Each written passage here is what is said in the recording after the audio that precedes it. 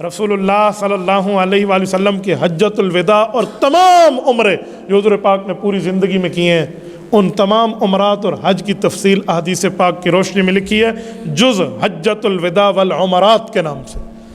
اور رسالت مآب علیہ الصلوۃ والسلام بیٹھتے، اٹھتے، کھاتے، پیتے، آتے جاتے، گفتگو، خوشبو استعمال، رسالت مآب علیہ السلام کا رفع الحاجت، رسالت مآب کا کسی سے ملنے کا انداز، چلنے کا انداز، عام تقریر کا انداز، آداب کا انداز، جنگ کے حالات، رسول اللہ کے امن میں، نماز میں، گھر میں، باہر میں، یہ پورے خصائل جو حضور کی عادات تھیں، اس پر کتاب ہے شمائل ترمذی، امام ترمذی کی، اس کی شرح خصائل نبوی کے نام سے ایک ایک چیز کو حضرت شیخ زکریا نے اردو میں قلم بند کیا۔ یہ خصائل نبوی دیکھنے کے قابل ہے، شاید کوئی صفحہ ایسا ہو جو آپ کے آنسوؤں سے بھیگ نہ جائے۔ آپ ایک مرتبہ اس خصائل نبوی کو لے کر تو پڑھیے، حضرت شیخ رحمہ اللہ کی اس شرح کی خدمت کو دیکھیے کہ انہوں نے رسالت مآب علیہ السلام کی گفتگو کے آداب کے ہاتھ ہلانے تک کو بھی ذکر کر دیا۔ چلنے کوئی حضور پاک کو بلائے تو کس طرح، آپ علیہ السلام کسی کو دیکھے تو کس طرح۔ اسی طرح حضرت رسول اللہ صلی اللہ علیہ وسلم کی حدیث کی کتاب میں امام ابو داؤد نے جو بذل المجہود لکھی ہے، اس کا حاشیہ حضرت شیخ زکریا رحمہ اللہ نے بذل المجہود، امام ابو داؤد نے سنن ابی داؤد لکھی، اس کے حاشیے کو آپ دیکھیں تو کئی درجن سے، یعنی 1 درجن سے زائد جلدیں بنتی ہیں حضرت شیخ زکریا رحمۃ اللہ نے تمام حدیثیں۔ یعنی یہ شروع ہوتی ہے کتاب الصلاۃ، کتاب الطہارت سے، یعنی پاکیزگی کیسے کرنی ہے وضو اور غسل سے، اور ختم ہوتی ہے جا کر مسائل شتہ پہ، یعنی جہاں وفات تک، میراث تک، پیدائش تا وفات، یہ پوری کی پوری پیغمبر کی حدیثوں کی لسٹ ہے۔ یہ ابی داؤد کی شرح نے یہاں جمع کی بذل المجہود کے حاشیے میں۔ اور اسی طرح بھائیوں کو، یعنی اپنے دوستوں کو سمجھانے کے لیے کہ بیٹھنا کیسے چاہیے گفتگو میں، اپنے آداب و معاشرت، تحفۃ الاخوان کے نام سے، تحفۃ الاخوان یہ حضرت شیخ زکریا رحمۃ اللہ علیہ کی کتاب ہے۔ اور موطا امام مالک تو میں آپ کو بتا چکا ہوں کہ امام مالک رحمہ اللہ جیسے اتنے بڑے امام نے جو حدیث کی کتاب موطا لکھی ہے، اس کی شرح اوجز المسالک حضرت شیخ زکریا رحمہ اللہ تعالی۔ اور اس کے ساتھ قرآن کریم کے اوپر کیا فضائل ہیں قرآن کریم کے، وہ احادیث کتنی ہیں، آیات کتنی ہیں، کوشش کی ہے کہ وہ آسان سے آسان تر لکھا جائے جس کو عام بندہ بھی سمجھنا چاہے تو سمجھ جائے۔ اوپر آیت، اس کا ترجمہ، مختصر ایسی تشریح جو عوام کے بھی ذہن میں آ جائے، پھر اس طرح حدیث، پھر اس کا ترجمہ، پھر اس کی اس تشریح، اور تشریح میں بھی 8 10 15 ایسی حدیثیں فرما دیتے ہیں جو حضور پاک علیہ السلام سے مروی ہوتی، تشریح بھی اپنی طرف سے نہیں ہوتی، فضائل قرآن کے نام سے۔ اسی طرح فضائل رمضان کے نام سے حضرت شیخ زکریا رحمہ اللہ نے مکمل کی مکمل اس ترتیب پر رمضان المبارک گزارنے کا طریقہ قرآن کریم سے، احادیث نبویہ سے، اور اولیاء کرام کے اعمال سے، کہ ہمارے بزرگ اور اللہ والے کس طرح رمضان گزارا کرتے تھے، اکابر کا رمضان کیسے ہوتا تھا، اس کی پوری تشریح جمع کی ہے۔ اور دعوت و تبلیغ کے حوالے سے دین کو سمجھانا ہے، اس سمجھانے کے انداز میں فضائل تبلیغ جو شیخ زکریا نے لکھی ہے، یہ صرف وہ نہیں ہے جو دین کے ایک شعبہ تک محدود ہو، بلکہ فضائل تبلیغ میں پہلی آیت جو لکھی ہے وَمَنْ أَحْسَنُ قَوْلًا مِّمَّنْ دَعَا إِلَى اللَّهِ، اس کی شرح اور اس کے ترجمے میں جو حضرت نے تفصیل لکھی ہے وہ بڑی زبردست ہے۔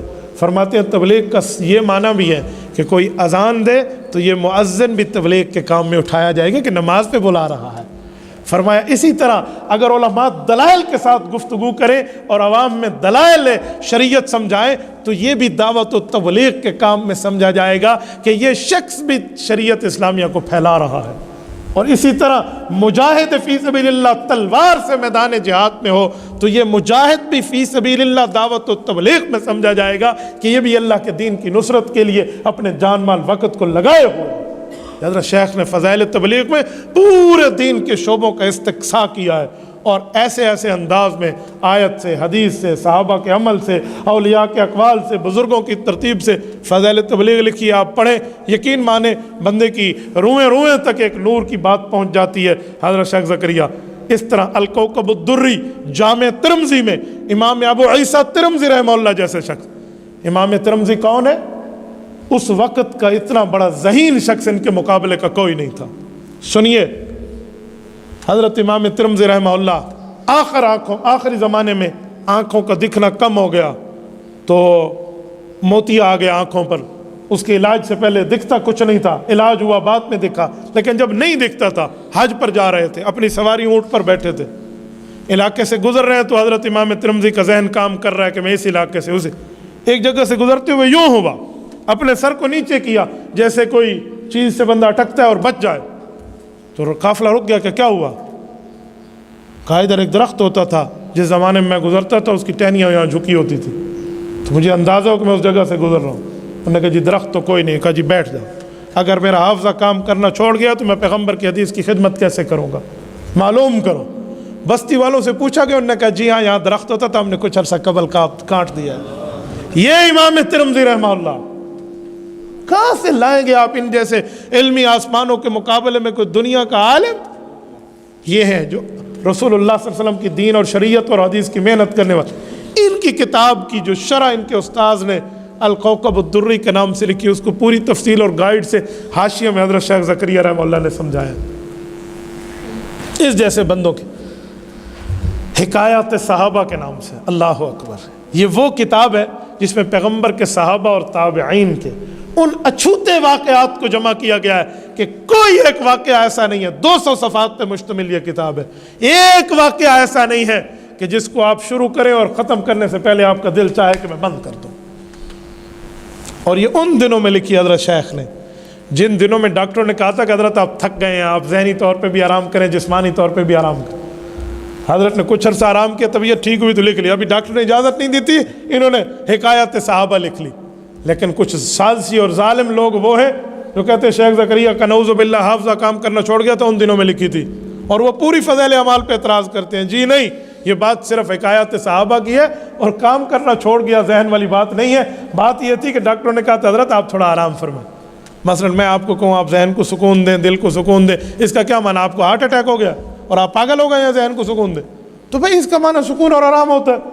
سلام پیش کرو اس زکریا رحمہ اللہ کی خدمت کو جس نے اتنا زیادہ مصروفیت کے باوجود بھی، ڈاکٹروں کے آرام کے ہدایات کے باوجود بھی وہ کتاب لکھی ہے جو رہتی دنیا تک ایک مایہ ناز سمجھی جائے گی۔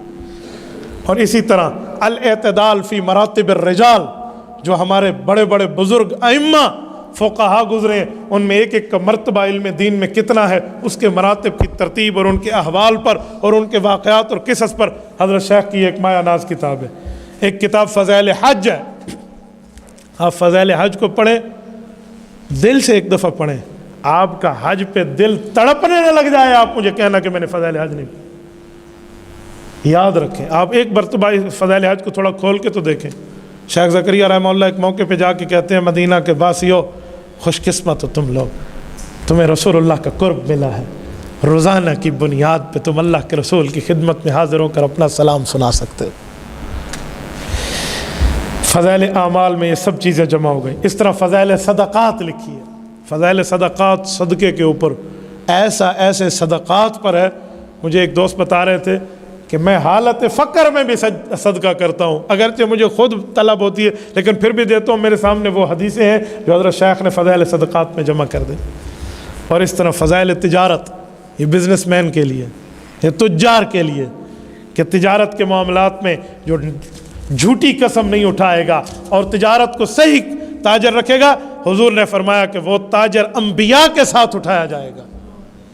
التاجر الصدوق مع النبیین والصدیقین، فرمایا صحابہ اور انبیاء کے ساتھ سچا تاجر اٹھایا جائے گا۔ جھوٹا بندہ بولے، جھوٹی قسم اٹھائے، حدیث میں ہے مال بک جائے گا، برکت بھی اٹھ جائے گی، پھر برکات نہیں ہوں گی۔ تو تاجر صادق ہونا چاہیے، اس کے لیے جو حضرت نے دلائل۔ اس طرح لامع الدراری، یہ بھی حضرت شیخ زکریا رحمۃ اللہ علیہ کے شیخ نے، اور حضرت گنگوئی رحمہ اللہ کے حوالے سے مولانا یحییٰ رحمہ اللہ نے جو صحیح بخاری کی شرح لکھی ہے، پوری صحیح بخاری کی شرح کا حاشیہ حضرت شیخ زکریا نے اس پر لکھا ہے۔ اس طرح فضائل درود شریف ہے، فضائل درود شریف حضرت شیخ زکریا رحمۃ اللہ علیہ کی وہ کتاب ہے، یقین مانیے آج تک میں اپنی بات کروں، میں کسی قبرستان سے گزروں مجھے واقعہ یاد آ جاتا ہے۔ حضرت شیخ فرماتے ہیں کہ ایک اللہ والا ایک قبرستان سے گزر رہا تھا، تو رب نے اس پر کھول دیا۔ اللہ کی طرف سے کرامت ہوتی ہے، کرامت اللہ کھولتا ہے، بندے کے اختیار میں نہیں ہوتا۔ اللہ نے کھول دیا کہ فلاں ان لوگوں کو عذاب ہو رہا ہے، تو اس بندے نے 20 مرتبہ درود پاک پڑھا صلی اللہ علیہ وآلہ وسلم، اور ان لوگوں کو ہدیہ کیا۔ واپس ہوا، آیا تو ان پر عذاب ہٹ چکا تھا، کہ تیری ان 20 مرتبہ درود پاک پڑھنے کی برکت ہے۔ میں صرف اپنی بات بطور تحدیث بن نعمت کے کہتا ہوں، اگر میں روک نہ سکوں نا قبرستان سے گزرتے ہوئے، لیکن اس پر عمل میرا ضرور ہوتا ہے، چاہے آگے جاتے تک میں پورا کر لوں۔ ہمارے ایک دوست ہیں، انہوں نے تو درود پاک پڑھ کے رکھا ہوا ہے اسی لیے اپنے پاس کہ اگر قبرستان سے گزرتے ہوئے مجھے وقت نہ ملا تو میں وہ 20 مرتبہ اپنے پڑے ہوئے اکاؤنٹ میں سے ان کو ہدیہ کر دوں گا۔ آپ فضائل درود شریف پڑھیں تو حضرت شیخ زکریا رحمۃ اللہ علیہ نے میرے خیال میں بر صغیر میں سب سے پہلی جو درود پاک پر کتاب لکھی گئی ہے فضائل درود شریف کے نام سے، اردو میں حضرت شیخ زکریا کا کام ہے۔ اس سے پہلے درود شریف پر بر صغیر میں آپ کو یوں کتاب نہیں ملے گی، اس طرح کتاب کو لکھا۔ اور پتہ ہے کیسے لکھا؟ حضرت جی مولانا الیاس دہلوی رحمۃ اللہ علیہ کے کہنے پر، حضرت مولانا الیاس دہلوی رحمۃ اللہ، ان کے چاچو بھی ہیں، ان کی پہلی شادی ان کی سالی سے ہوئی تھی تو ہم زلف بھی ہیں، تو مولانا یا کاندلوی رحمۃ اللہ، مولانا الیاس، حضرت جی مولانا الیاس بانی تبلیغ جماعت، ان کے استاذ بھی ہیں، تو کہتے ہیں اتنا انہوں نے مجھے اصرار کیا کہ درود شریف پر ابھی تک تیری کتاب نہیں آئی، درود پاک پر آپ نے نہیں لکھا، تو کہتے ہیں میں کبھی ادھر مصروف، کبھی ادھر اس کام میں مصروف، اس کتاب میں۔ تو ایک مرتبہ نماز کی اقامت ہو رہی تھی، جب اقامت پوری ہوئی تو میرے چاچو مولانا الیاس رحمہ اللہ نے یوں سر صف سے باہر نکالا اور انہوں نے کہا زکریا اب تو چھٹیاں ہو گئی ہیں، رمضان آ رہا ہے، شعبان کا مہینہ، اب تو لکھ لے۔ یہ اس وقت ابھی امام اللہ اکبر کرنے پر تھا، اس وقت کہا مجھے رونا آ گیا اپنے چاچو کی لجادت پر۔ وہ رمضان گزرا، حضرت شیخ نے پوری کتاب لکھ دی، یہ فضائل درود شریف، آپ اس کو لیجئے اور اپنے پاس پڑھیے۔ اور میرے دوستو اس طرح آپ بیتی لکھیے، وہ بھی حضرت کی پوری اپنے سوانح حیات ہے۔ کنز المتواری 36 جلدوں میں علم حدیث کی خدمت ہے، ابھی مکہ مکرمہ سے چھپ کے آئی ہے، 36 جلدوں میں کنز المتواری۔